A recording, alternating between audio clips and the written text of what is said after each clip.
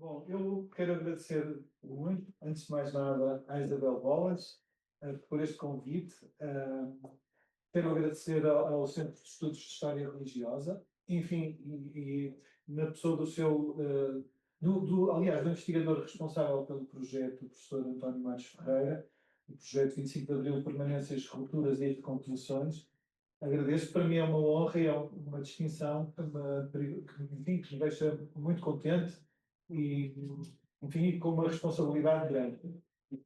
Como a Isabel disse, a minha formação em etnomusicologia determina um pouco o modo como eu olho para a música.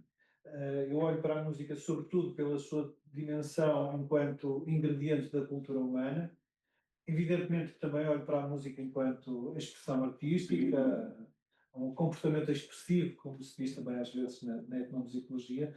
E a etnomusicologia, na verdade, quase que não é uma ciência por si só, é uma, digamos, uma disciplina, ou por outra, um modo transdisciplinar de estudar a música, digamos assim. Por isso, os etnomusicólogos recorrem à etnografia, à observação etnográfica, ao enquadramento histórico e a alguma pesquisa histórica também, e naturalmente às respostas sociológicas. Portanto, aquilo que me foi proposto, o desafio que eu recebi, ou o modo como eu recebi, e modo também depois como enunciei práticas populares de música e dança, eu considero que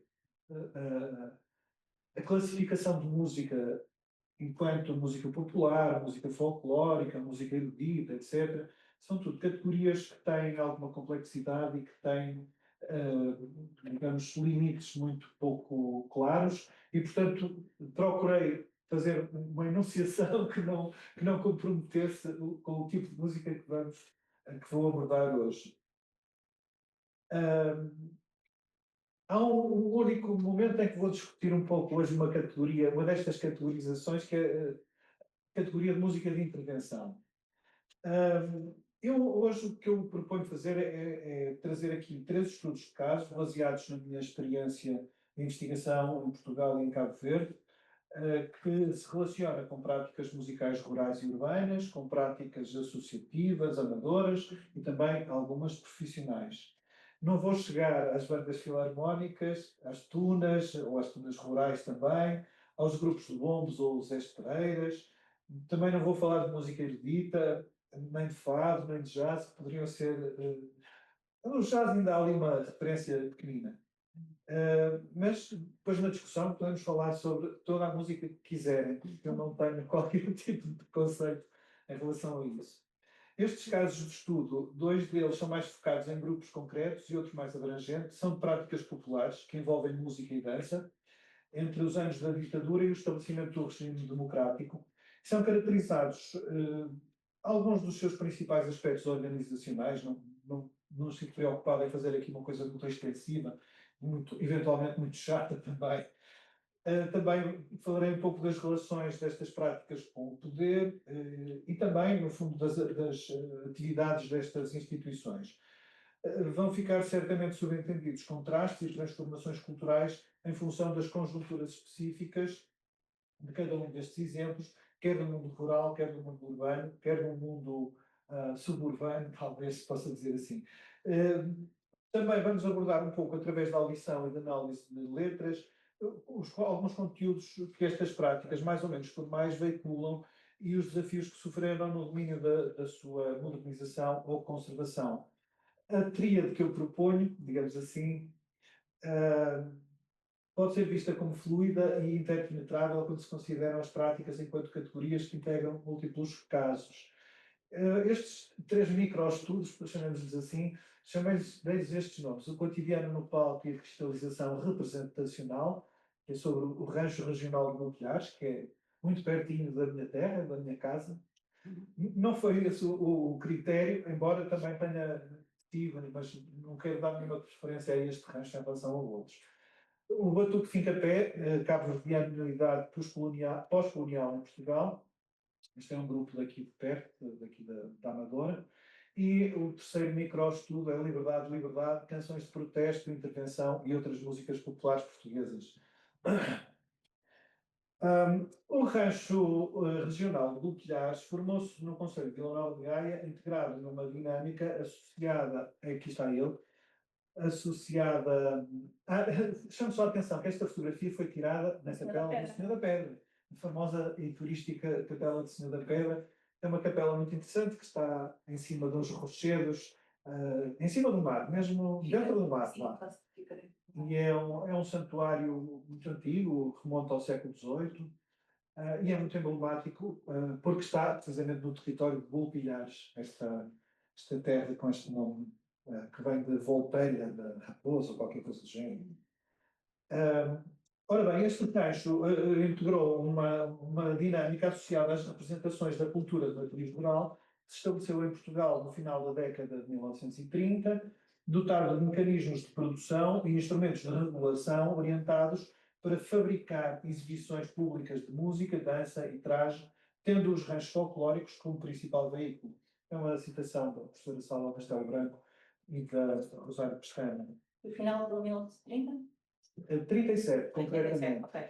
Eu proponho agora, para ficarmos a saber o que é que estamos a falar, ouvir um pouco do rancho de Bulpilhares, rancho regional de Bulpilhares, a cantar precisamente uma das modas principais do seu repertório, que é a Rusga do Senhor da Pedra. A festa do Senhor da Pedra é agora dentro de 8 dias, ou 15 dias. E nessa altura é uma tradição, uma romaria antiga do norte de Portugal, que hoje em dia está muito organizada, mas no passado era muito espontânea, e as pessoas vinham em grupos de longe, muito longe, de 60, 70 quilómetros de distância, em grupos a que se chamavam rusgas. E durante esses percursos faziam a pé, eles cantavam. A Rusga ao Senhor da Pedra é uma das músicas que se cantava em andamento e que o rancho utiliza precisamente como a sua bandeira de entrada nos espetáculos que faz. Estamos sem som.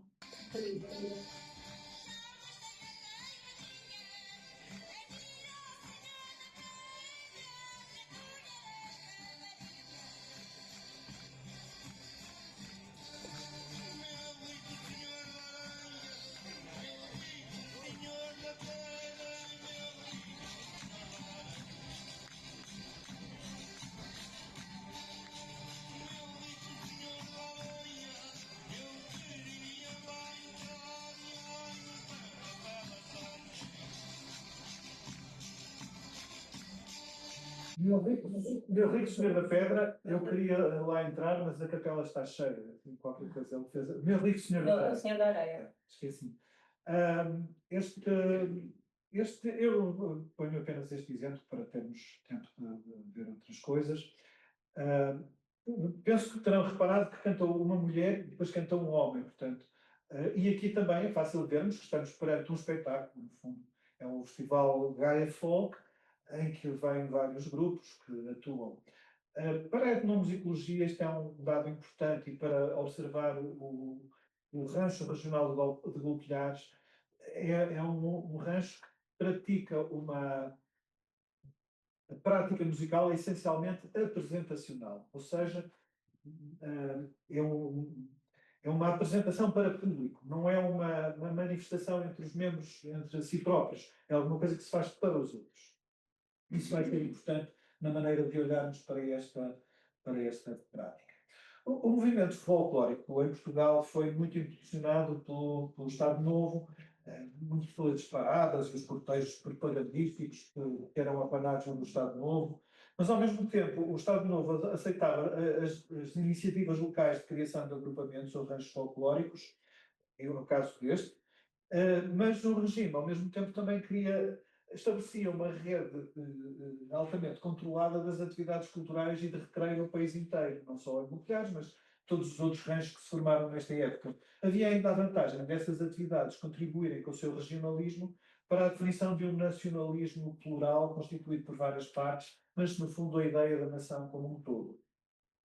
Ali em Gaia teve muita importância o etnógrafo músico Armando Lessa, que foi um dos protagonistas da criação do Rancho Regional de Bulpilhares. O relato da sua intervenção na condução conceptual e na construção ideológica do rancho é muito interessante. A certa altura ele escreve, como tantos outros, este rancho seguia-se o molde dos ranchos das fogueiras coimbrãs e de nativo apenas havia o trajar das raparigas. Cantaram, dançaram, em suma. Em suma, exibiram aquela mesmice paráfrase dos palanques das tricanas. Na assistência, viam-se alguns casais de idosos. Entregamos a viola a um velhote gaiteiro, agregamos-lhe outros do seu tempo, enaltecemos as modas velhas e com canecadas do vinho verde, para os arrapazar, eis que aos olhos dos novos perpassaram as danças tradicionais da região. Depois, um par que os imita e entra na roda, mais outro que a velhada ensina e guia à sua maneira. Quando nos retiramos, todo o rancho ficou a dançar e cantar, como se fora uma rusga para a romaria novecentista. Ou seja, o que nos mostra aqui é que o conceito que deu origem a este rancho, e foram precisamente atuações de grupos de raparigas e rapazes organizados espontaneamente para a inauguração dos arranjos do adro da igreja e para a festa do Senhor da Pedra, precisamente. Mas o modelo que as pessoas tinham era de criar uma coisa. Eu vou usar aqui uma comparação que não é muito correta, mas ajuda a ter uma ideia. Como se fosse uma marcha popular. Na verdade, eram pessoas vestidas de igual, com as mesmas roupas, e a cantarem todas umas canções populares da época. O Armando Lessa trouxe uma visão etnográfica, assim, um bocadinho mais, a levar mais ao passado, digamos assim.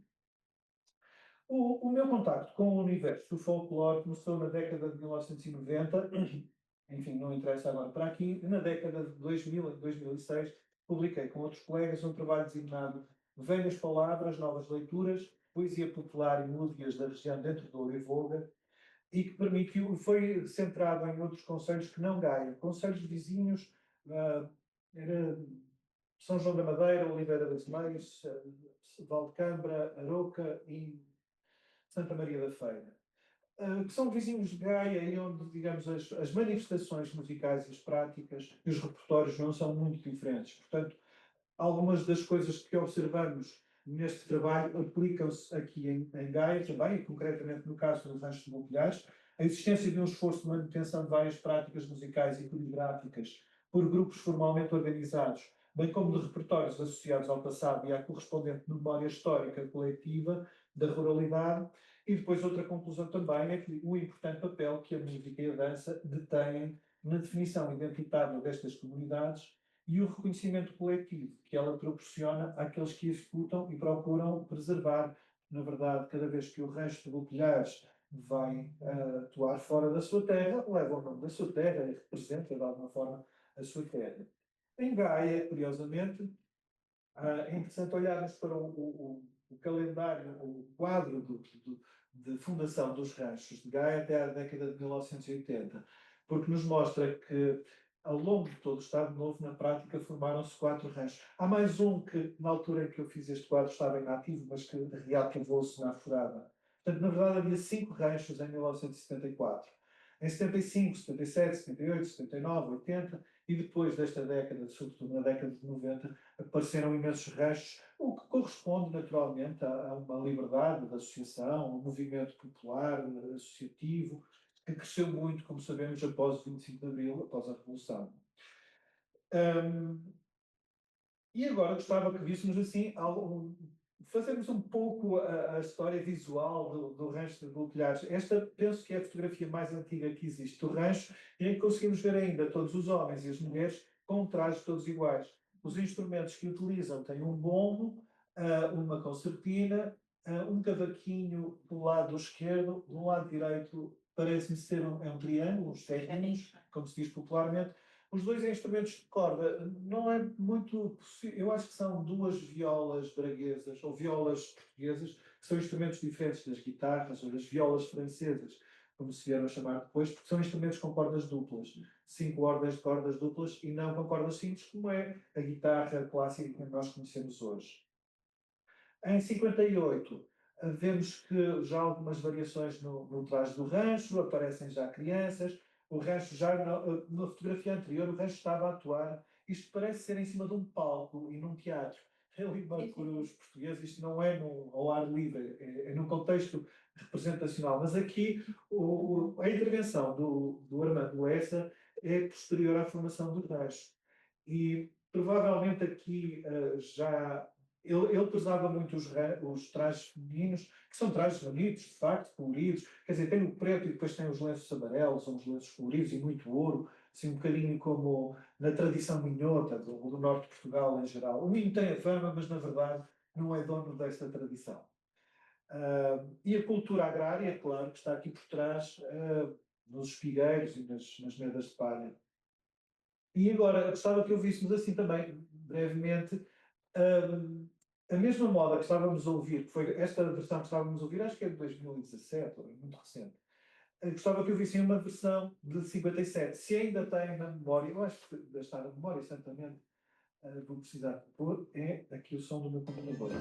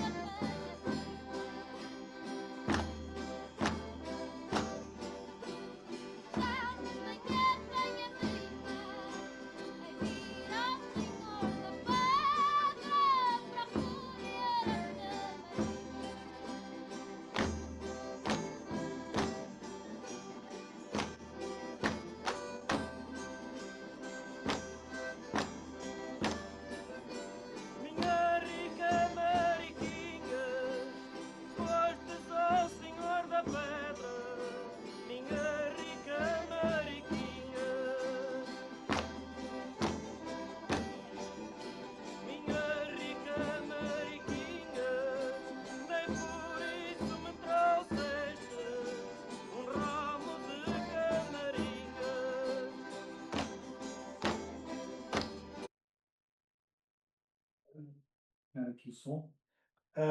Esta versão, eu acho que é fácil, que se consegue compreender que é mais lenta. Ela foi gravada pelo próprio Armando Lessa, em 1957. E talvez não seja muito perceptível para quem esteja a ouvir assim pela primeira vez, mas há uma invenção melódica muito mais rica nesta versão mais antiga. Esta versão mais antiga corresponde de facto a uma dança do rancho, mas também corresponde a uma realidade cotidiana das pessoas do rancho. Esta música fazia parte do seu cotidiano. Não era uma coisa ocasionalmente apresentada em cima de um palco. Era uma coisa que fazia parte do cotidiano, que se cantaria certamente em momentos de convívio e noutros momentos, em 1957. Continuando aqui a história visual do resto de Copilhares, em 64, percebe-se que também os trajes já estão aliviados e aqui vemos a novidade de 2 acordeões de teclado e de uma guitarra clássica, não é? E também parece haver um outro tipo de aprumo, não sei, pode ser da fotografia só.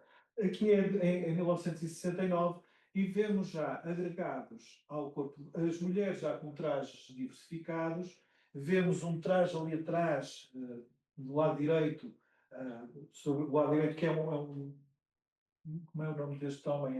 Este é uma croça, é assim que se chama. A croça é um fato de palha que protege da chuva, é uma coisa tradicional. Isto é durante uma deslocação do rancho a Paris. Os trajes começaram a ser diversificados para o grupo poder mostrar diversas identidades sociais que não existiam antes, que na primeira versão do rancho não eram importantes, o rancho não tinha essa missão de mostrar a sua dimensão cultural, mas apenas música e dança. Aqui é também da mesma época, enfim, isto ilustra. Este rancho teve e tem um palmarés de viagens incrível, porque é um rancho muito antigo, e sobretudo por causa da sua idade, mas também por causa do seu profissionalismo, do empenho das pessoas que estiveram ligadas a ele.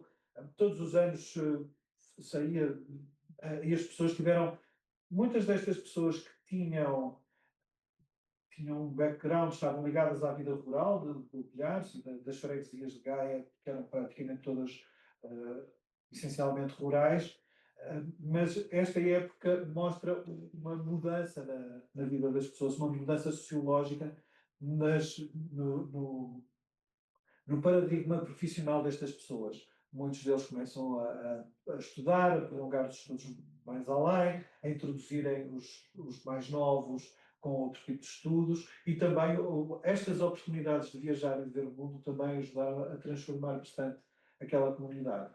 Aqui é já no ano 72 e temos a novidade de microfones, que não tinham aparecido até agora. Eu acho que eles também não precisam de microfone, com aqueles. Pois, com aquelas vozes não era necessário. Mas é curioso que a primeira que canta, a primeira gravação, a voz é muito mais grave, é muito mais bonita. Depois esta música é sempre muito. Com vozes muito agudas. A primeira versão, a versão mais antiga, de Sim, 57, é muito similar ao estilo vocal minhoto também. Sim, mas voz muito mais grave, muito mais. Ela é mais clara, tem mais experiência, canta mais horas, acho eu. Aqui, bom, o que acontece é que, aliás, eu gostava de voltar aqui. Às portas da Revolução, o movimento folclórico era montado sobre estereótipos regionalistas que incluíam ingredientes coreográficos e de indumentária influenciados pelos modismos da revista portuguesa, como já vimos, e no campo musical por práticas populares construídas por repertórios e estilos usados nos contextos de dança locais, conhecidos e partilhados pelas comunidades. Nós podemos dizer que aqui o canto das desfolhadas, por exemplo, podemos ouvir um pouquinho também, era também um tipo de repertório que fazia parte do cotidiano, que fazia parte da vida das pessoas. Um dos meus pontos é mostrar que este repertório deixou de ser uma parte do cotidiano das pessoas, esse espaço passou a ser ocupado por outras práticas. Mas este é muito bonito e que fala pela ouvir.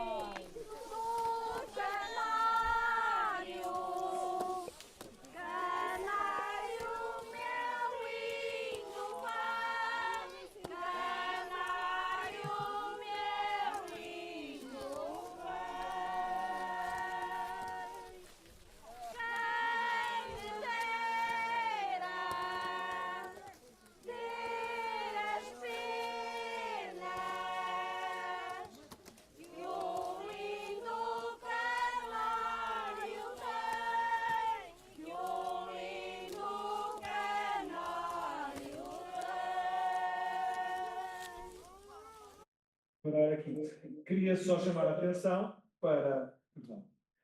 Estávamos a ouvir um canto polifónico, ou seja, de várias vozes em simultâneo. Esta é uma prática que não desapareceu por completo, mas deixou de ser uma prática aprendida em casa e aprendida no cotidiano, nos contextos do cotidiano. Em 79, o Rancho grava um disco, também com várias músicas, em frente à igreja paroquial.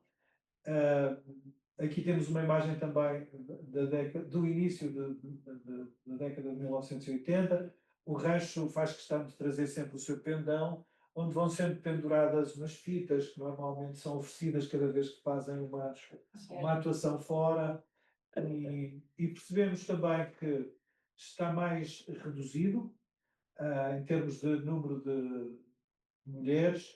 Esta fotografia, na verdade, corresponde esta fotografia é tirada no antigo aeroporto do Porto, antes do aeroporto se chamar Aeroporto Sá Carneiro, era o aeroporto de Pedras Rubras, e o Renfe era convidado frequentemente para ir receber aviões da TAP Sério? Sim, com turistas, faziam 2 ou 3 danças, e portanto aqui nesta fotografia, o rancho era até bastante maior, porque esta é a década de ouro em que eles saíam muito e havia muita gente que queria ir para o rancho pelas oportunidades que tinha depois de poder viajar. Aqui é uma versão um pouco mais reduzida, com mais músicos para fazerem mais barulho, porque não tinham instalação, mais barulho, para fazerem mais sons, porque não tinham aparelhagens, portanto, e para se poderem ouvir no hangar do aeroporto, isso também era preciso. E aqui então vemos o rancho. Também há outro aspecto que aqui já se percebe também. Há uma mulher a tocar acordeão. Isto também é uma novidade, portanto, são transformações que o rancho foi sofrendo, assim, quase imperceptíveis, mas que são muito significativas e que lhe deram uma configuração totalmente diferente. Aqui já em 2011, a maior parte dos instrumentos são tocados por mulheres. Há mulheres aqui com cavaquinhos, mas elas tocam também os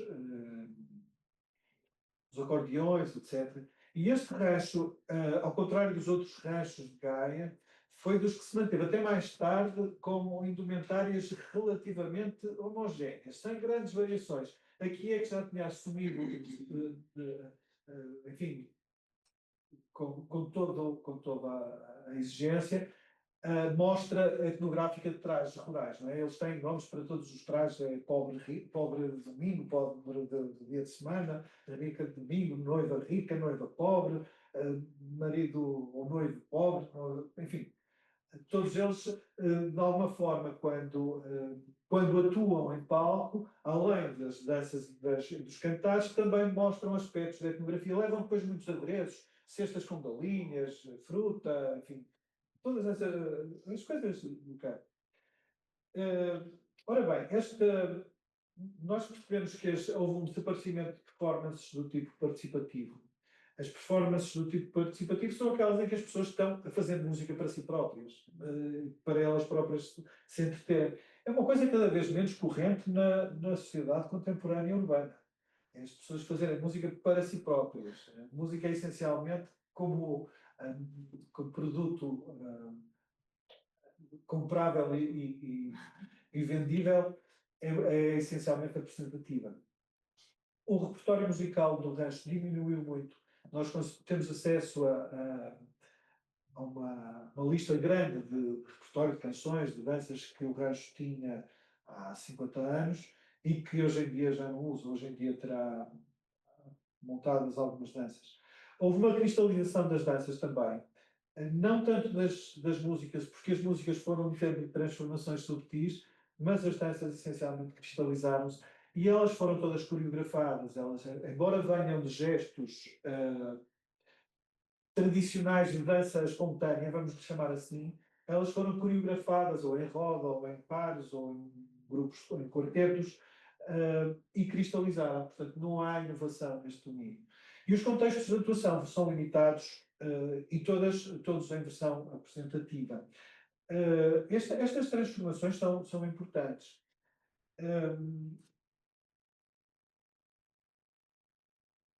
Nós podemos dizer, de alguma forma, que o regime ditatorial que vigorou até 74, os modos de vida transformaram-se profundamente, especialmente nos espaços que anteriormente eram considerados como espaços rurais, e este processo foi acompanhado pela instalação de uma nostalgia rural coletiva face à crescente urbanização das terras, através da instalação de infraestruturas básicas e vias de comunicação, do aumento de construção, etc. Gaia, por ser um município assim que está ao lado de uma grande cidade, Gaia, Gondomar, Maia, ou Santa Maria da Feira, são concelhos onde aconteceram estes fenómenos. Eram territórios essencialmente rurais, que de um momento para o outro, gradualmente se foram urbanizando, se foram industrializando, ou sendo residenciados também. É neste contexto que o movimento folclórico se afirma na década de 70 e de 80, que é quando acontece este processo de transformação urbanística, é que aparecem muitos ranchos folclóricos com aquilo que eu chamo uma nostalgia rural coletiva face à crescente urbanização. Não é? Há uma apologia social da manutenção da memória da ruralidade e, consequentemente, pelo valor simbólico que ela adquire. Isto vê-se, por exemplo, nas preferências. Na minha família, uma parte da minha família é de Valadares, as mulheres todas e os homens todos preferem as coisas de casa, não é? A fruta de casa, o frango, a galinha feita assim ou feita assada, porque há esta convenção, ou este conceito de que as coisas que vêm da terra são melhores do que aquelas que se compram no supermercado. Assim. Mas ainda hoje vêm ovos caseiros, essas coisas todas. Contudo, neste complexo jogo de representação da memória, o tempo gradualmente foi mantendo parte das significações musicais e coreográficas apenas através de narrativas que passaram a ser da segunda e terceira pessoa e geração, ou seja, elas de alguma forma perderam-se enquanto vivências autónomas. E não sei como é que vocês categorizariam este caso dentro daqueles três conceitos que definiram permanências, rupturas e recomposições. Eu acho que há um pouco de tudo aqui. Não temos que ver. Vamos ao segundo microcaso. O batuque fica pé, a cabo de verdianidade pós-colonial de Portugal. Ora bem, agora vamos passar para um tipo de música completamente diferente, música e dança, de Cabo Verde. Esta fotografia de 10 de maio de 2008 é tirada, salvo erro, exatamente na Praça do Comércio, em frente ao Tejo, e o grupo que está aqui é o grupo Fincapé, grupo de batuque Fincapé, que está sediado no bairro da Cova da Moura, no Conselho da Amadora, na Associação Cultural Mundo da Juventude. O batuque, em Cabo Verde, é uma prática performativa muito antiga, é a mais antiga de todas aquelas que existem no arquipélago, está associado a práticas ancestrais expressivas africanas, foi proibido e perseguido ao longo da história colonial, permaneceu oculto e velado e sobreviveu às perseguições e depois viajou para outros territórios graças à imigração. Vamos ver um pouco o que é o batuque de Cabo Verde. Valerá lembrar que Cabo Verde era um arquipélago desabitado no século XV, quando chegaram os primeiros navegadores portugueses.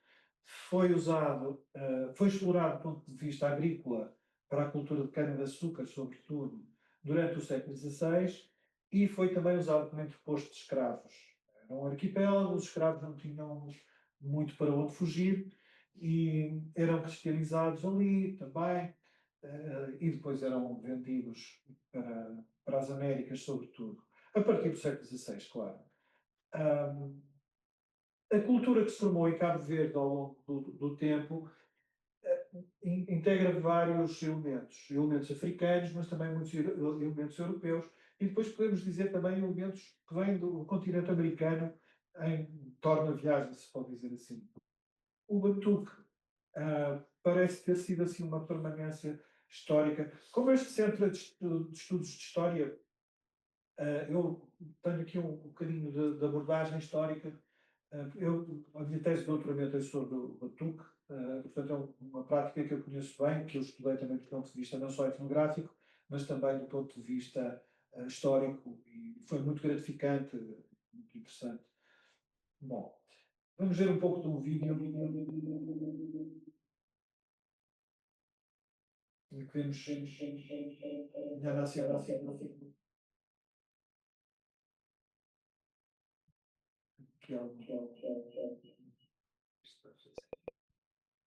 Quando os dois falam, vai ser a música que não vi. O vídeo está sem som. Não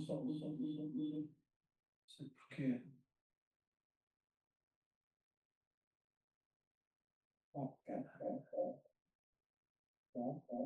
Será que ele assim está?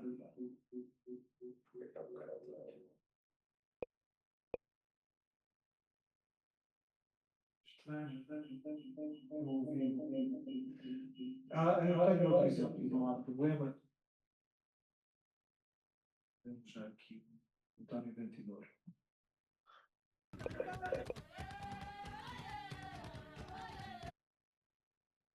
Som.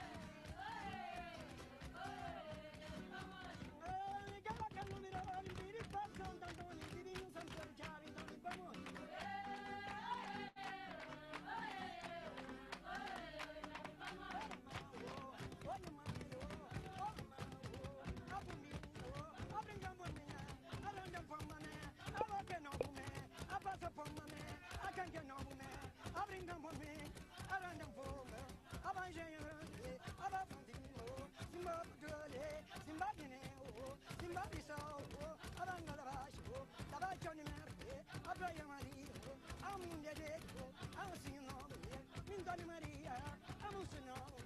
Porque novo, né? Rebenta novo. Brinca pombinha, né? A brinca pomba. Ronda pombinha, a passa pomba, né? A brinca pombinha. Quem é novo, né? A boca é novo, né? Rebenta novo. La chaveta, né? A brinca pomba, né?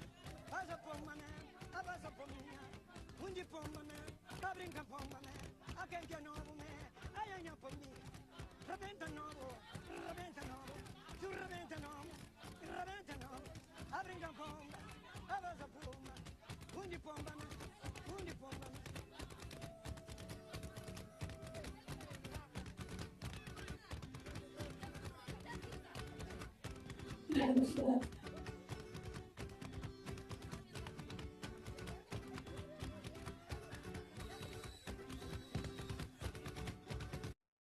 Vou parar, temos ainda outros eventos que podemos ver.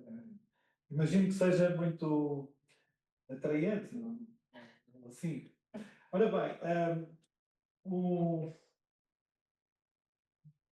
sobre o Batuque, portanto, as primeiras notícias que nós temos de Batuque, houve algumas práticas dos negros, estão relacionadas com os escravos foragidos, que se chamavam fujões, na Ilha de Santiago. A Ilha de Santiago é bastante montanhosa e os contingentes de escravos de cada senhor de terra eram relativamente pequenos. Tinham 5, 6 escravos, quanto muito, porque o território não é assim tão grande. E portanto, em Cabo Verde nunca foi possível recriar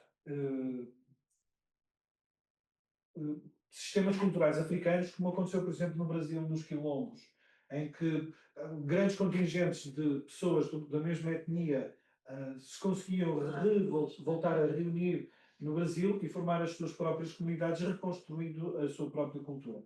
Em Cabo Verde isso não aconteceu, mas aconteceram fugas de escravos que tinham sucesso e que se refugiavam nas montanhas, e que tinham as suas práticas, não é? A história colonial, a história de Cabo Verde é complexa porque há algumas tensões, durante o século XVIII, algumas tensões fortes com o reino, por parte dos colonos, exatamente os mesmos movimentos que deram origem à independência dos Estados Unidos no final do século XVIII, passaram-se também em Cabo Verde, mas o Marquês de Pombal foi muito duro e muito bruto, e, portanto, conseguiu dominar os senhores da terra que procuravam também ter um arquipélago independente ou alguma coisa assim do género, ou pelo menos independente da coroa, que não tivesse que pagar tanto para a coroa.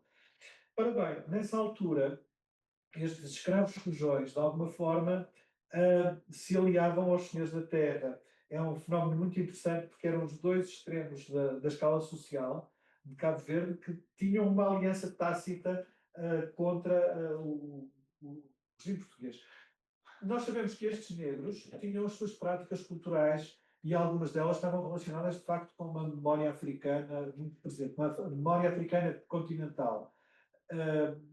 No entanto, as palavras que designavam essas práticas eram outras palavras e nós também não sabemos exatamente como é que eram essas práticas. Mas a verdade é que é importante olhar para o batuque como uma prática cultural muito antiga, porque comparada com as práticas culturais, as práticas musicais cabo-verdianas, que têm uma grande projeção internacional e que são conhecidas, como a morna ou a coladeira, o funaná, são géneros muito mais recentes, embora tenham um impacto muito mais forte também por outras contingências. Até o ano 2000 não havia de todo gravações de batuque à venda. Eu mostrei este filme do António Venturidor e escolhi-o. Ele foi feito, salvo erro, em 1975 ou 76, eu não tenho a certeza, por um realizador americano que já morreu, tive a oportunidade de conhecer, chamado Guy Zanzinger. Ele era um produtor cinematográfico, fez uma viagem à África do Sul, onde estudou bastante, filmou trabalhadores moçambicanos nas minas da África do Sul e depois de regresso aos Estados Unidos parou em Cabo Verde e fez estas imagens que eu penso que são as imagens em movimento mais antigas de batuque. Eu penso, não tenho certeza absoluta. Desculpe interrompê-la, mas o batuque então não é um instrumento, nem Não. é um conjunto da música, é A um palavra é o nome da prática musical, do género musical, se quiser. Sempre associei a A palavra batuque, tambor. a palavra batuque tem muitos significados. Significa um tambor. Em Angola, se eu disser batuque, estou a referir-me a um instrumento. No contexto cabo-verdiano, batuque é o nome deste género musical. Há um dado que eu não dei e que é muito importante. Em Cabo Verde, não foram reconstruídos os tambores africanos. Os tambores eram proibidos, preferencialmente, porque os tambores são instrumentos de comunicação em África e, portanto, eram proibidos. E também as condições naturais não forneciam assim tanta matéria-prima, animais ou troncos, para reconstituir os instrumentos de percussão de África. Os tambores que se usam em Cabo Verde são tambores com uma configuração europeia. São montados com um aro de madeira e depois as peles são presas à moda europeia. Nunca são como os tambores africanos, em que as peles são presas com um tipo de cavilhas, normalmente, e nunca com um aro que entra dentro do corpo do tambor. Isso é importante, porque os tambores que existem em Cabo Verde, que são usados no Cola São João e outras coisas, são precisamente de origem europeia e não de origem africana. O batuque não. O batuque foi um recurso, aqui ainda não viram muito bem, mas o batuque faz-se só com o corpo e com a roupa que se traz. Não é preciso mais nada. É preciso o cérebro e o coração também, talvez. E as mãos e a voz. Mas depois é uma música que se faz assim a partir disso tudo. Há uma descrição, já no século XIX, ainda antes da abolição da escravatura, do Konrad Chelmicki, que é um viajante alemão, salvo erro. Enfim, eu transcrevi a citação dele. Toda esta negraria senta-se em círculo numa casa ou à porta e no meio entra a balhadeira, vestida à moda do país, largando somente o pano dos ombros e apertando bem o da cintura. O coro começa muito lentamente de suas cantigas, graduando e, ora cantando com certa languidez, ora gritando apressadamente. Todos acompanham ao tato, ou seja, com as mãos, batendo com as palmas das mãos nas pernas. A balhadeira, ao compasso desta vozaria, faz no meio movimentos com o corpo, voluptuosos, lascivos, desenvolvendo grande elasticidade e mobilidade dos músculos.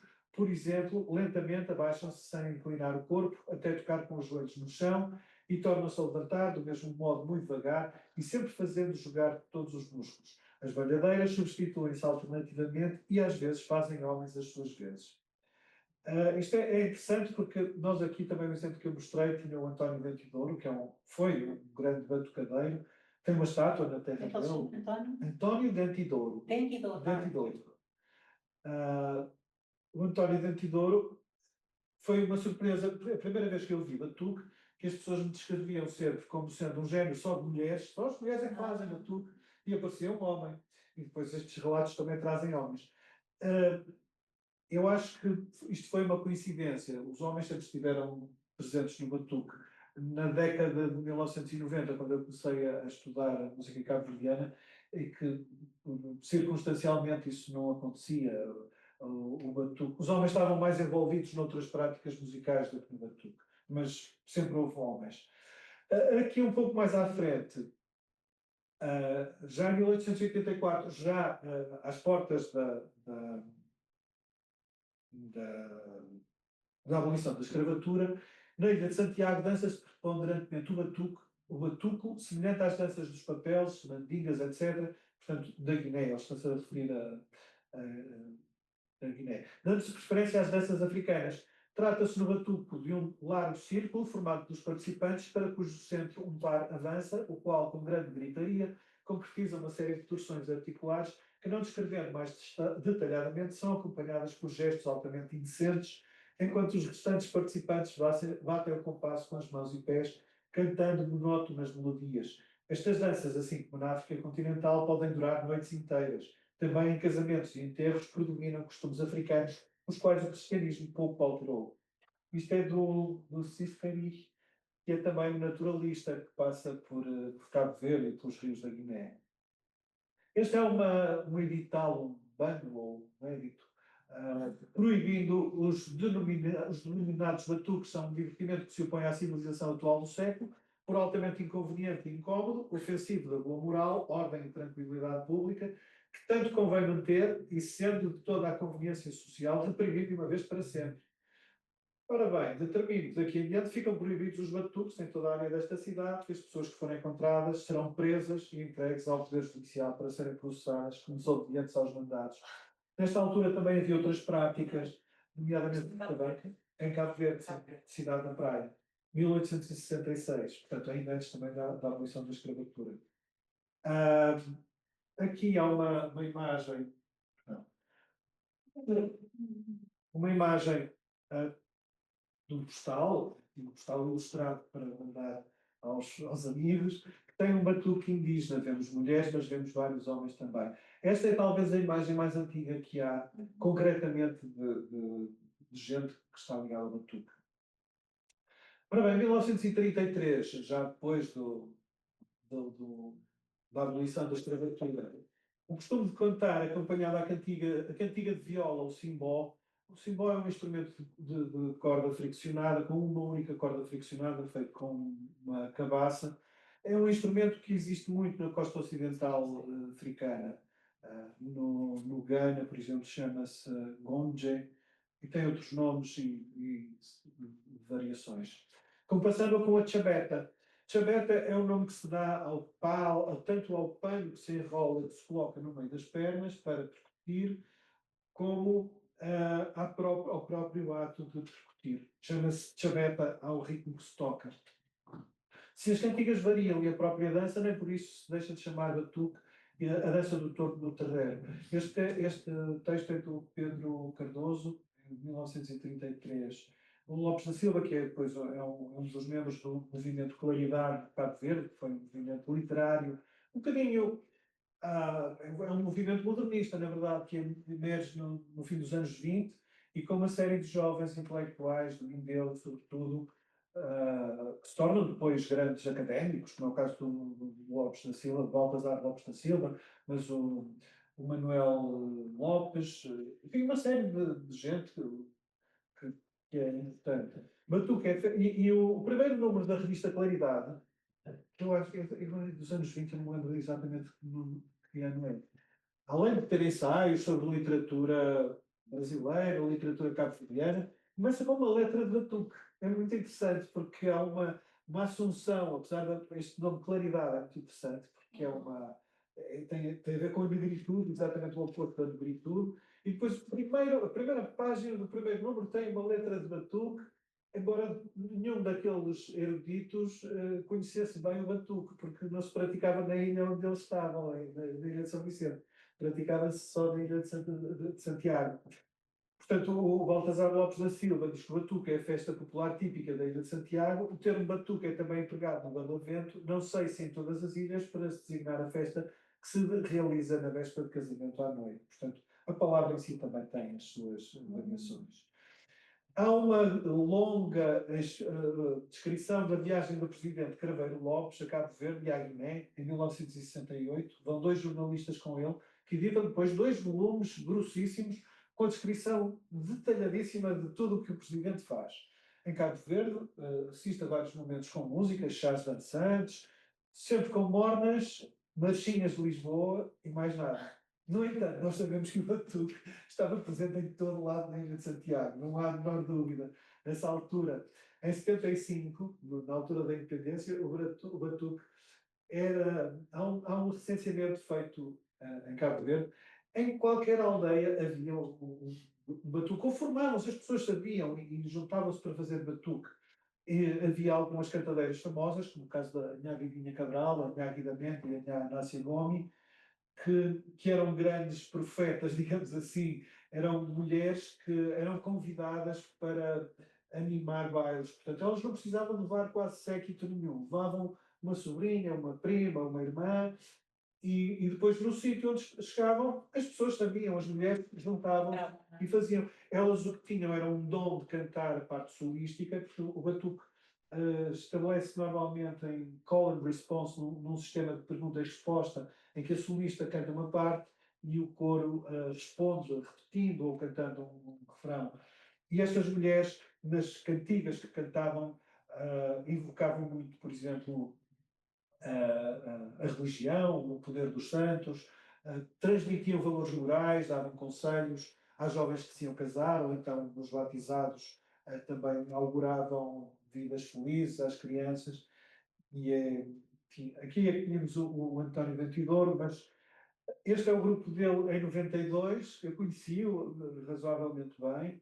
Ele, neste ano, em 92, ele não estava lá, estava em Lisboa.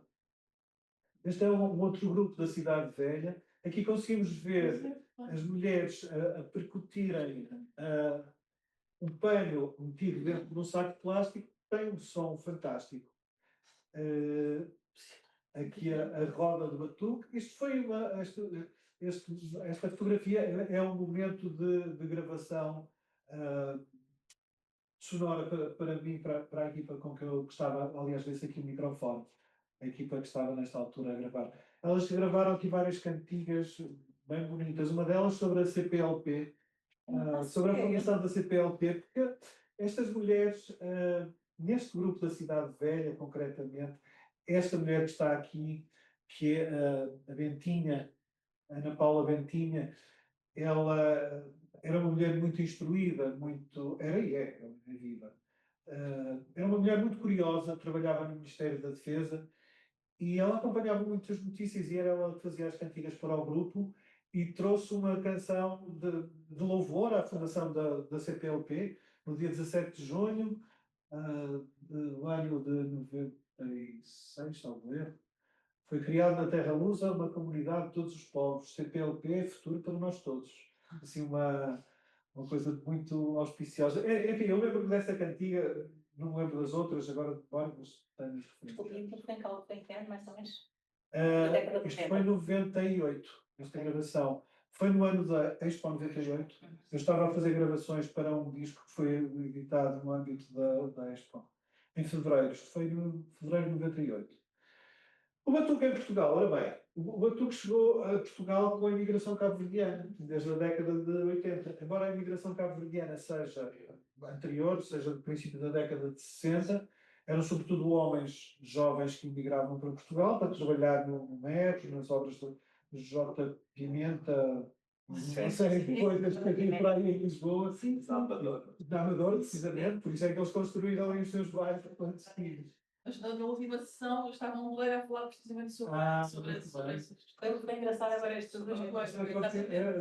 Esta convergência. E é muito interessante, porque na década de 80 começa a haver as reuniões familiares, ou seja, que as mulheres e os filhos começam a ter condições para vir para Portugal. E a comunidade cabo-verdiana, no princípio dos anos 90, talvez fosse a maior de estrangeiros em Portugal. Pelo menos fora da Europa era seguramente. Talvez os espanhóis e os ingleses fossem mais, mas os cabo-verdianos dos estrangeiros eram os maiores. Depois veio uma primeira vaga de ucranianos e de gente do leste, da Polónia, com o colapso do regime soviético. Bom, o batuque tem lugar em contextos associativos, mas também no âmbito doméstico, em festas e convívios, aqui em Portugal. Algumas das cantigas vêm ainda na memória das mulheres, vêm de Cabo Verde, outras são criadas em Portugal, muitas vezes usando as mesmas músicas, mas alterando os conteúdos das letras, falando dos problemas da vida delas aqui em Portugal. As cantigas veiculam saberes e valores tradicionais, mas também integram novas propostas e visões sobre Portugal, a experiência migratória e, genericamente, a vida e as dificuldades e alegrias. É apresentado em Portugal. Eu apresentei muitas vezes espetáculos de batuque em escolas, em associações culturais, em fundações, em teatros, porque fazia o papel de mediação que faço regularmente com orquestras sinfónicas, como fiz ainda este domingo, fazia naquela altura muitas vezes com o grupo de batuque Fica-Pé, porque as mulheres às vezes tinham alguma dificuldade. Dependia do número das mulheres que fossem, mas havia algumas que tinham dificuldade em exprimir-se em português, porque as mulheres que faziam parte deste grupo, inicialmente, eram mulheres, a maior parte delas sem qualquer instrução formal, tinham empregos, enfim, simples, jardineiras, cozinheiras, mulheres de limpeza, mas elas, graças à participação no batuque, viajaram por todo lado, e, digamos, emanciparam-se totalmente. Foram integrando depois as filhas, gradualmente também, e viajaram, viram o mundo. Foram à Bélgica uma semana, foram à Itália, foram à Espanha, muitas vezes, foram ao Brasil, foram ao Cabo Verde. Aqui em Portugal correram todas as capitais de distrito, porque o grupo é muito antigo, foi fundado em 1989. Portanto, desde 89 eles têm 36 anos, quase, 36 anos. Portanto, nestes 36 anos já ainda há mulheres no início, mas enfim, agora estão diferentes.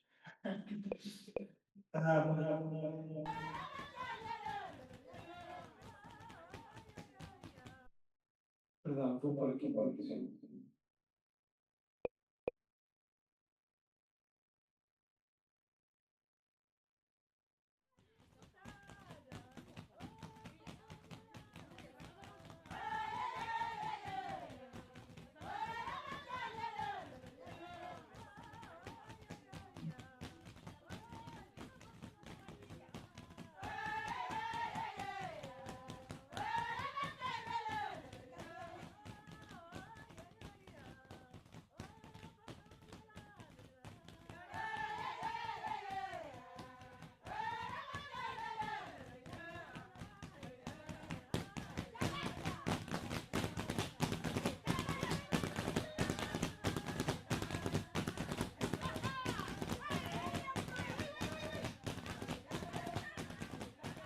Aproveito para apresentar os ritmos, que é o pam-pam, do Rapica.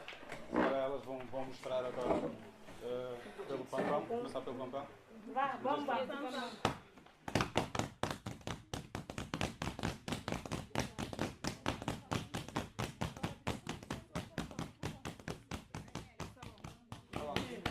E agora o Rapica.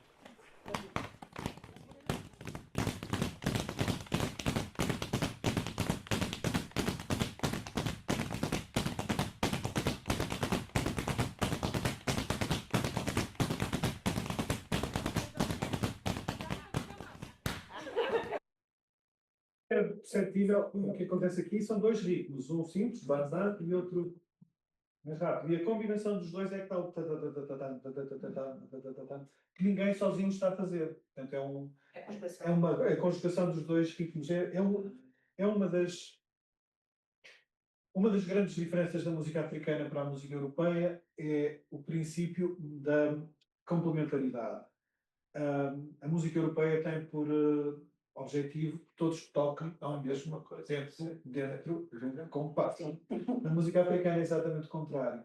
Eu faço som no momento em que tu fazes silêncio e tu fazes silêncio quando eu faço som.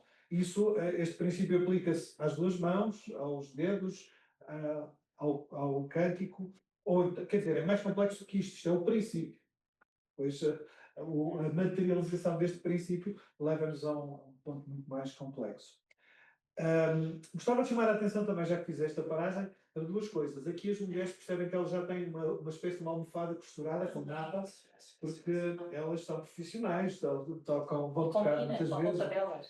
E precisamente estão vestidas com uma roupa homogénea, exatamente como estava o grupo com o mesmo princípio do grupo de folclore. E se lembram da imagem das mulheres da Cidade Velha, estavam todas vestidas, cada uma da sua maneira. É muito interessante. Eu convivi muito com este grupo. Hoje em dia tenho relações com elas, mas não tenho uma proximidade regular. Mas quando as vejo, quando fazemos festas, ficamos contentes antes. Mas lembro-me que, embora elas estejam vestidas assim por causa de aparecerem em palco, lembro-me que, aliás, todas as vezes que eu saí com elas, o que elas tocavam durante o espetáculo era normalmente um terço de tudo que se ouvia naquele dia, porque elas fora do espetáculo, na viagem, no lanche, estavam sempre a tocar e cantar muito melhor, de uma forma diferente. Ou seja, esta música, embora tenha a sua dimensão apresentativa, também tem uma versão participativa. Ou seja, as mulheres e os maridos, os filhos e netos e bisnetas, às vezes, que as acompanhavam, nem sempre participavam no espetáculo, mas participavam sempre no convívio anterior. E muito convívio até era depois de chegar à Cova da Moura, então no verão, antes de ir para casa, podia ser meia-noite, podia ser 1 da manhã, não interessava. Antes de ir para casa, ficava-se ali na praça a fazer um bocado de batuque, de uma forma muito interessante. Este fragmento, este é um filme de um projeto chamado Scopiofonia, foi um projeto financiado pela ICT, que tinha a ver com o mapeamento das práticas culturais, das práticas musicais no bairro da Cova da Moura. As práticas cabo-verdianas são as mais importantes, aquelas mais significativas, mas a Cova da Moura, em 2016, tinha, salvo erro, pessoas de 22 nacionalidades diferentes. Portanto, havia num universo de 3.600 pessoas, mais ou menos.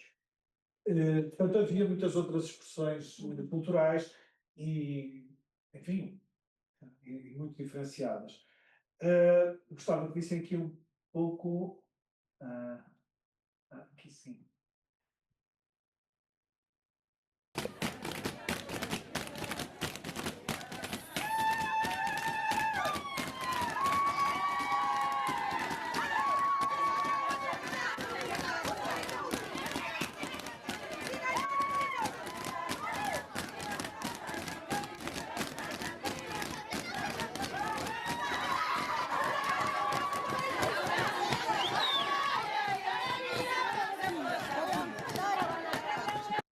É um pouquinho caótico, porque isto é são várias batucadeiras que se encontraram numa festa e são tantas pessoas que isto não tem ordem.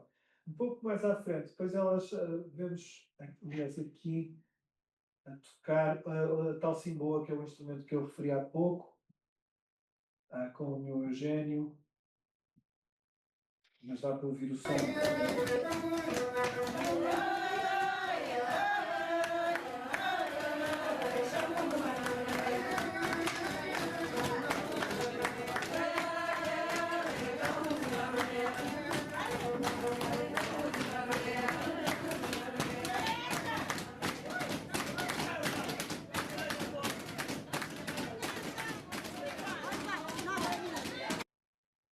Vou parar para poder seguir para a frente, porque o tempo está a passar. Gostava só de chamar a atenção para um aspecto também, que é o pano que as mulheres utilizam, que tem motivos, é um pano de algodão que usam à cintura. Este pano vende-se em tiras. Portanto, podem-se cozer tiras e fazer um cobertor.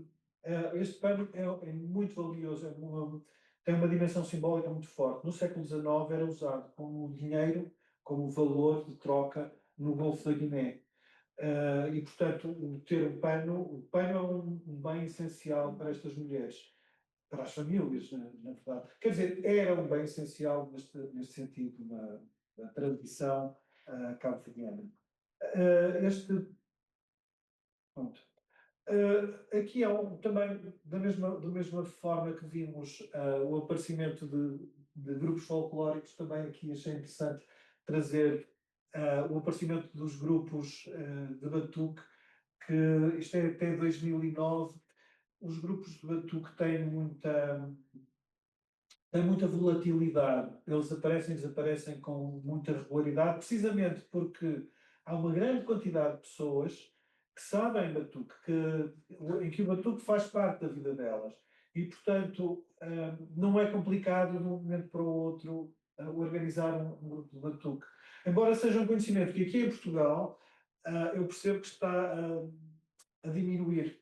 Há uma aluna nossa da Universidade, de Júlia Maggiora, que fez um trabalho sobre um grupo das Olaias, que não está aqui, do bairro Portugal Novo.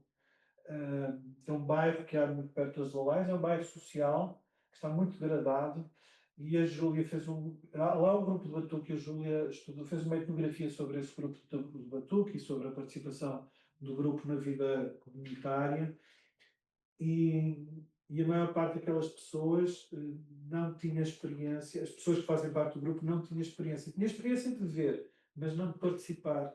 Portanto, só na idade adulta é que começaram a organizar o grupo e a fazer o grupo sem ter essa experiência desde a infância ou desde sempre. A experiência de participar. Eu também conheci um grupo no Porto que foi exatamente assim. Inclusive, eles não tinham a teoria, eles recriaram o batuque com algumas diferenças. É muito interessante porque isto são ilustrações de processos de transmissão e de recriação de música que por vezes são muito mais, como é dizer, anárquicos do que possamos pensar, porque não há o suporte da música escrita, não é? O suporte auditivo e a memória existem.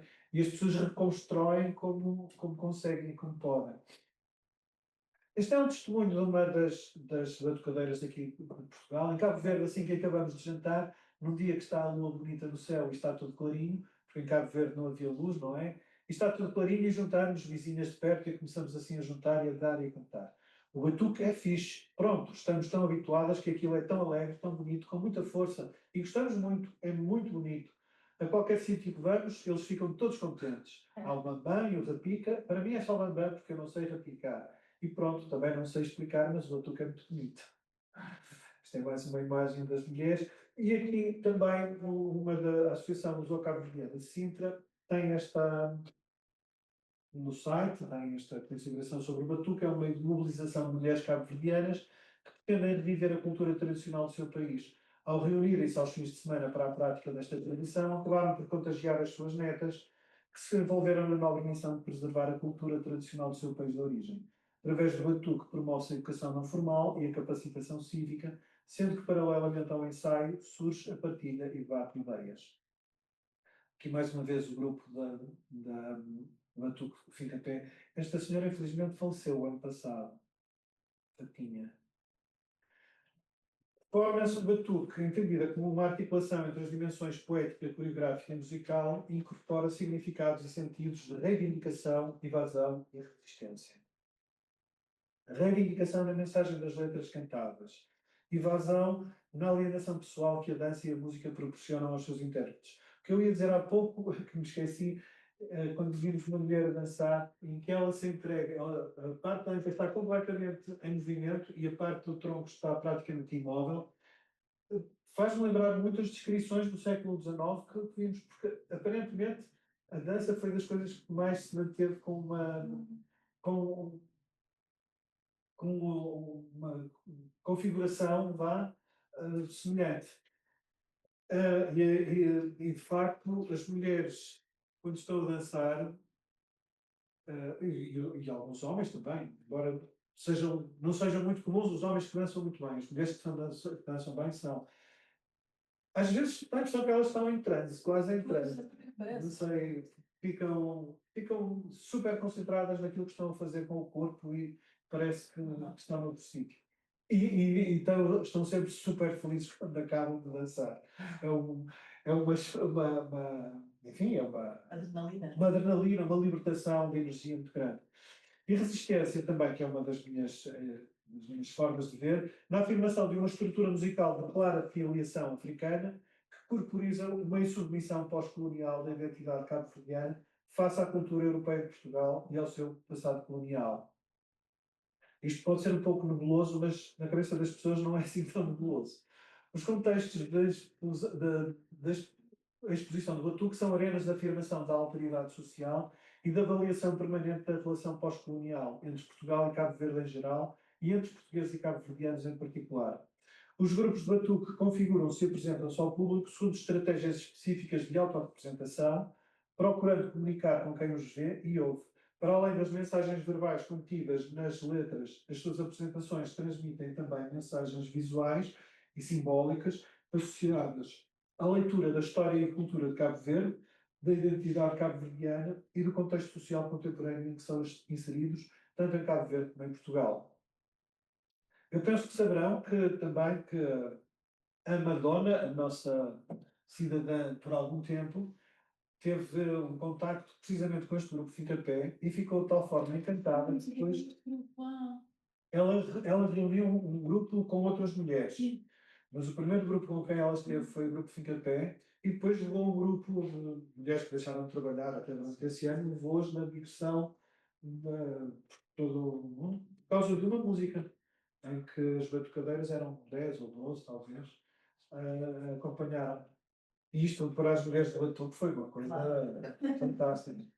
E também nos mostra um pouco o alcance destas destes grãozinhos de cultura tradicional que vem lá do meio do mar, de umas ilhas desérticas, meio abandonadas, com uma história manhosa de escravidão e de não sei o que mais. E, no fundo, isto tudo está aqui muito vivo. Ao contrário do folclore que folclore. cristalizou. Sim. Então, acho que... E não sabemos o que é que vai ser dele. Sim, coitado. Bem, o meu último desafio, microestudo, agora vou passar por ele um pouco mais rápido. Tenho alguns exemplos musicais, mas acho que nem os vou passar para podermos também discutir, porque conhecem-nos. Eu ia mostrá-los, mas certamente conhecem. Liberdade, liberdade. Canções de protesto, intervenção e outras músicas populares portuguesas, perdão. A canção de intervenção e os seus limites. Ora bem, isto é um campo da música popular portuguesa que é caracterizado, segundo o Lopes Graça, por poesia e música de ação. Associado à criação musical antecedente e procedente à Revolução de 74, Lopes Graça parece ser o primeiro a usar o termo canção de intervenção e define-a como a que pode viver verdadeiramente e agir a fundo sobre a sensibilidade, estimulando a ação. O próprio Lopes Graça, ainda na década de 40, aliás, eu acho que, sim, ainda na década de 40, escreve uma série de, juntamente com José Gomes Ferreira e mais outros poetas, as chamadas canções heroicas, que são proibidas e que têm sempre um propósito. Mas, continuando aqui a discutir a discussão sobre a canção de intervenção, para José Afonso, a canção de intervenção implica um envolvimento com uma identificação crescente do próprio cantor com aquilo que se está a passar nas diversas lutas, por mais heterogéneas que sejam, nas quais ele, de certo modo, intervém, não apenas ao nível da canção, a sua identificação com essa luta compromete-o como homem político. Isto é de José Afonso, 1977. A minha colega etnomusicóloga Maria de São José Porto Real, historiando a canção de intervenção, estabelece os seus limites cronológicos entre o pós-guerra e o início da década de 1980. Porém, o Eduardo Raposo fala do canto de intervenção, centrando na postura quer do intérprete, que tomou a designação de canto-autor, quer do autor da letra e de compositor, em que o canto assume um papel, tornou-se um veículo, um agente, uma arma lúdica, no caso presente, contra o regime, transmitindo mensagens de contestação e resistência. A minha colega Susana Sardo, da Universidade de Aveiro, no seu trabalho de investigação junto de vários protagonistas desta chamada canção de intervenção, afirma que o epíteto canção de intervenção é recusado por todos os músicos e cantautores associados a eles. Isto em 2014. De facto, este termo fez um certo sentido na sua época, mas depois há outros termos mais interessantes. Susana explica que os universos musicais associados a estes autores alteraram-se profundamente, mas as diferentes músicas permaneceram e alimentaram-se, tornando-se mais transversais e, em alguns casos, até mais poderosas. Finalmente, mostra-nos que os múltiplos sujeitos envolvidos na produção e consumo das músicas como que as desideologizaram, priorizando a sua componente de interlocução estética e com ela a manutenção de um lugar onde continuam a fazer sentido. Talvez uma boa exceção seja o Grândola Vila Morena, porque é uma canção que voltou a ter uma nova vida de protesto, digamos assim, na altura, no princípio da década de 2010, na altura do governo Passos Coelho e da intervenção da Troika. E que é interessante, ela passa-se um fenómeno engraçado, parecido com a Grândola, que se passou com a portuguesa. O nosso hino, a portuguesa, começou por ser uma canção, vale a pena contar esta história que é rápida, começou por ser uma canção de protesto a propósito do ultimato inglês de 1891. Na verdade, pensa-se até que o Alfredo Keil tinha proposto uma marcha solene para a coroação do rei Dom Carlos, porque a família do Alfredo Keil, o pai dele era alfaiate do rei Dom Luís, e tinha uma boa relação, a família Keil tinha uma excelente relação com a família real, e o Alfredo Keil fez a proposta de uma marcha para a cerimónia de coroação ou da entronização do rei Dom Carlos. Mas foi recusada, porque a grande amizade era entre o rei Dom Luís e o pai. De modo que, meses depois, o Alfredo Keil aparece com esta marcha portuguesa, que anos mais tarde, em 1910, se torna no hino da República. Pode haver aqui uma certa ironia do destino, pensar que uma marcha que pode ter sido. Nós sabemos que havia uma marcha, não sabemos se era esta marcha, mas na verdade, a entronização do rei foi poucos meses antes do ultimato. E, portanto, todas estas coisas estão relacionadas. E é muito interessante perceber que esta canção, ela foi muito instrumentalizada pelo Partido Republicano e depois por isso é que se tornou um hino nacional. É muito interessante perceber que ela resistiu à mudança de regime democrático, do fim do Estado Novo para a democracia. O hino não foi ameaçado, curiosamente, não foi ameaçado, penso eu que não, eu não sei muito bem.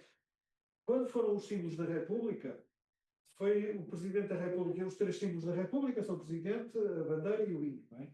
O Presidente não foi muito polémico, a bandeira foi super polémica, havia muitas propostas muito diferentes, o hino também não teve polémica nenhuma. Era uma canção muito velha, tinha 20 anos, tinha 20 anos. No fundo, era interessante, porque o mesmo fenómeno, se tivesse passado em 74, em 75 ou em 76 com a nova Constituição, a Grândola era uma boa candidata para o hino nacional. Enfim, seria talvez tão difícil de cantar como o hino nacional, digo eu. Ora bem, portanto, este percurso de resistência ao Estado Novo começa precisamente com as canções heroicas, naquilo que eu chamo dos anos de chumbo da ditadura. O Acordai é um exemplo. Eu vou passar por vários exemplos e não vamos ouvir nenhum, desculpem-me, podemos ouvir se calhar no fim. Eu chego ao fim e depois ouviremos alguma. Quando foi a intervenção do Alfredo Teixeira também se sim. De 61 a 68, eu chamei este episódio 1000 canções, com o epicentro em Coimbra, através do Zeca, do Adriano Correia de Oliveira, do Carlos Paredes, e o despertar da consciência para o mundo além de Portugal.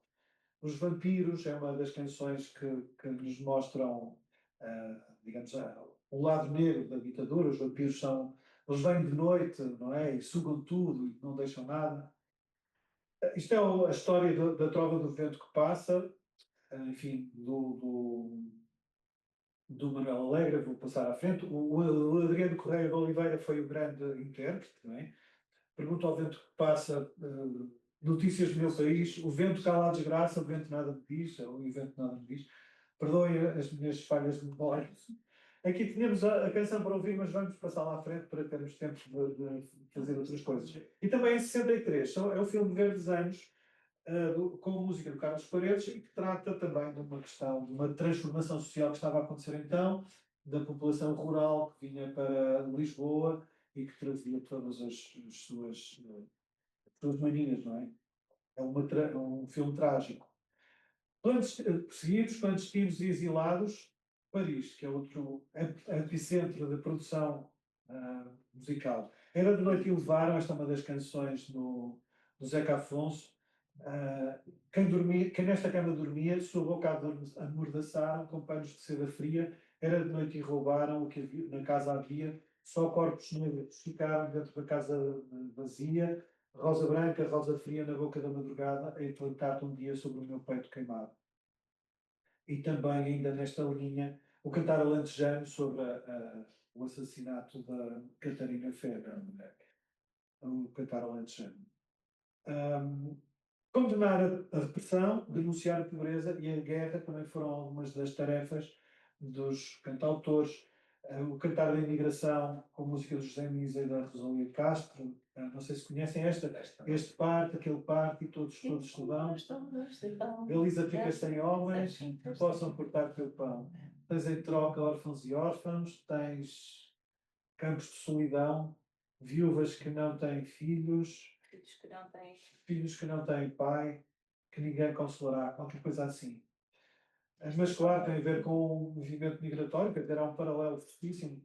A canção Pedro Soldado, do Manuel Freire e do Manuel Alegre, também é sobre lá vai o Pedro Soldado, num barco para outro país, também é uma alusão mais ou menos direta à guerra colonial. Mas os tempos e as vontades parece que estarem a mudar, não é? Pelo menos assim o José Mário Branco vai buscar um texto do Luís de Camões para falar enfim, do interesse e da vontade de mudar. Fazer crescer o sonho, multiplicar os desejos, conhecer outros mundos. A pedra filosofal é um exemplo, digamos, no culto das ideias, do conhecimento científico, através do poema, não é? Que se tornou também uma canção importante. O Venha Mais Cinco é o título de um álbum do Zeca Afonso gravado em 1973. Eu há dias ouvi um podcast sobre a biografia do Mário Soares, escrita pelo jornalista José. Devia me lembrar, não lembro. Peço desculpa. O Mário Soares, porque eu percebi, era um homem muito otimista. Eu percebi, não, isso eu sabia, porque lembro-me bem dele. Mas não tinha a noção que ele era um otimista desde muito antes da Revolução.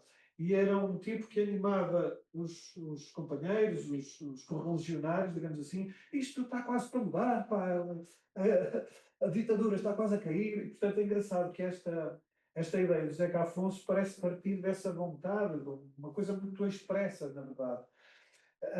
Portanto, este disco foi proibido pela PIDE.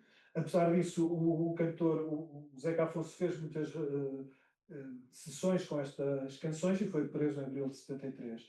Depois da Revolução, este disco foi dos primeiros proibidos a ser transmitido pela rádio. Temos também, em 71, o primeiro Festival Internacional de Jazz de Cascais, que também é uma abertura muito interessante, que tem Miles Davis.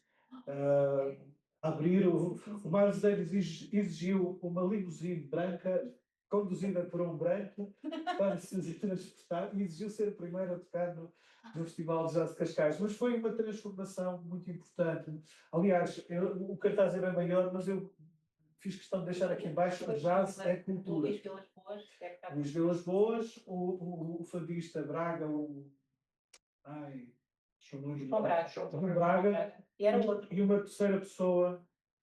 O João Braga era porque tinha um sogro rico, ao que sei. Ou o terceiro é que seria por causa do sogro rico. Outras vozes, outras mentalidades, Profecia de uma Madrugada, a canção Desfolhada da Simone de Oliveira, digamos, também introduz uma nova mentalidade, uma mentalidade desassombrada em relação ao tema de ter um filho e do prazer, enfim. Embora depois, do ponto de vista do resultado europeu, não foi bom, mas aqui em Portugal foi. E a Tourada, do Fernando Tordo e do Arlindo dos Santos, também, que depois foi canção vencedora. Depois chega finalmente o 25 de Abril, em 1974. A Sofia disse, melhor do que ninguém, o que é que foi o 25 de Abril, a madrugada que eu esperava, o dia inicial inteiro e limpo, onde emergimos da noite e do silêncio e livres habitamos a substância do tempo.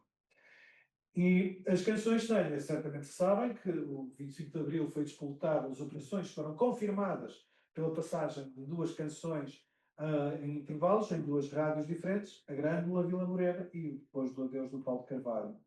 Aqui iríamos ouvir a Grândola, mas vou passar à frente para podermos continuar. E depois, logo depois da Revolução, há que celebrar a liberdade. O Luís Cília, compositor do Partido Comunista, faz uma canção com o povo unido jamais será vencido. Agora, o povo unido nunca mais será vencido. Bem fora. Aparece também uma canção muito popular que passa na televisão, Somos Livres, a canção da gaivota que voava. Esta canção e esta artista desapareceram, mas, na verdade, do ponto de vista histórico, foram importantes e foram um marco. O Sérgio Godinho, que estava ainda entre o Canadá e Portugal, escreveu assim no avião a liberdade, que aquele próprio chamou um grafite em forma de canção: paz, pão, habitação, saúde, educação. Era um jovem na altura, hoje em dia é um doutor honoris causa da universidade, com muita honra e muito gosto. E depois, enfim, depois da Revolução, vêm as vozes na luta, não é? A cantiga é uma arma, o José Mário Branco, regressado a Portugal, traz esta ideia muito inspirada pela América do Sul, da cantiga ser uma arma e a palavra, os versos serem balas, não é? Também tínhamos para ouvir esta canção. O Zeca Afonso produz o álbum O Que Faz Falta, Realizar a Malta. O José Mário Branco, depois, alguns anos mais tarde, já um pouco desiludido com os rumos não, que a Revolução seguiu, que não eram exatamente aqueles que ele esperava, fez o Eu Vim de Longe. E, na verdade, também a música tradicional e os ingredientes da cultura tradicional portuguesa, seja o fado, seja a música tradicional, também entraram digamos assim, no espírito revolucionário. O Fausto é um músico fantástico, uma obra criativa fantástica, tal como o José Mário Branco, de resto. Utiliza uns vão bem e outros mal, com ritmo de chula, uns vão bem e outros mal. Ai, não lembro do resto da letra. Mas é muito interessante. E, ora bem, o fado, embora por causa da figura da Amália, tenha ficado muito colado, ou inicialmente colado ao Estado Novo, não era necessariamente uma música Estado novista, era uma tradição cultural. E, na verdade, o Carlos do Carmo teve um papel importante nisto. O Carlos do Carmo era fadista e, ao mesmo tempo, era do Partido Comunista. De modo que houve a ideia de proibir o fado, de acabar com isso, que era uma coisa ligada ao Estado Novo, mas isso não acabou por não acontecer e Portugal volta a cantar sem fado e encontra-se também com o jazz. O Homem na Cidade é um dos discos, é uma das canções mais fantásticas do Carlos do Carmo, com música do José Luís Tinoco e do Ari dos Santos, em que ele adota até um estilo de canção muito declamado, é uma canção maravilhosa. E depois o jazz também, que é uma música que entra, não entra novo, mas ganha uma identidade portuguesa, nacional, e o Mário Laginha também vai pegar no fado. É interessante observar como estes géneros se contaminam e se visitam uns aos outros. E depois, o que é que temos como herança da Revolução? Temos os de Olinda, e agora esta jovem se chama Ana Bacalhau, tem uma carreira a solo. Temos aqui o Dino Santiago, os Homens da Luta, o B. Fachada, a Capicua, Pedro Brunhosa. A música desempenhou um papel fundamental na história de Portugal nos últimos 100 anos, refletindo as mudanças políticas, sociais e culturais do país, nomeadamente através das canções de protesto. A resistência à ditadura fez-se em grande parte através da música criada por protagonistas que aí inscreviam mensagens de esperança e luta, e a Revolução contou com o papel da música e do seu poder comunicacional polissémico. As operações militares foram desencadeadas a partir de uma cena musical, com as canções. O período revolucionário também foi fecundo na produção musical, com a expressão a ganhar um tom mais direto, frontal e engajado politicamente naquilo que chamamos canções de intervenção. Eu lembro-me de uma canção do Fernando Tordo, que era sobre a fuga, uma fuga da prisão de Alcoente, acho que era. Tinha um refrão escandaloso, que era: que merda, que se passa? Então isto não é uma ameaça. A letra uma vizinha da ameaça. Era uma expressão desbragada que corresponde às paredes pintadas do MRPP, enfim, aos grafites muito pouco estéticos e muito mais de conteúdo do que de forma. Tirando os do MRPP, que sim, de facto esses faziam questão de ser artísticos, mas os outros não, eram gritos que apareciam escritos nas paredes de uma forma não estética. A democratização da vida política do país foi caracterizada por uma grande diversificação de géneros e estilos, era um pouco sobre isto também que eu queria falar aqui atrás, entre os quais as tradições musicais de matriz rural. Pensamos, por exemplo, no Estrovante, ou outros grupos, ou na própria Brigada Vitor Jara, que agora tenham sim, pegaram um pouco nessas tradições, modernizaram-se e ganharam uma conotação de resistência. No século XXI, alguns artistas voltaram a fazer e usar canções com sentido crítico de intervenção social e política.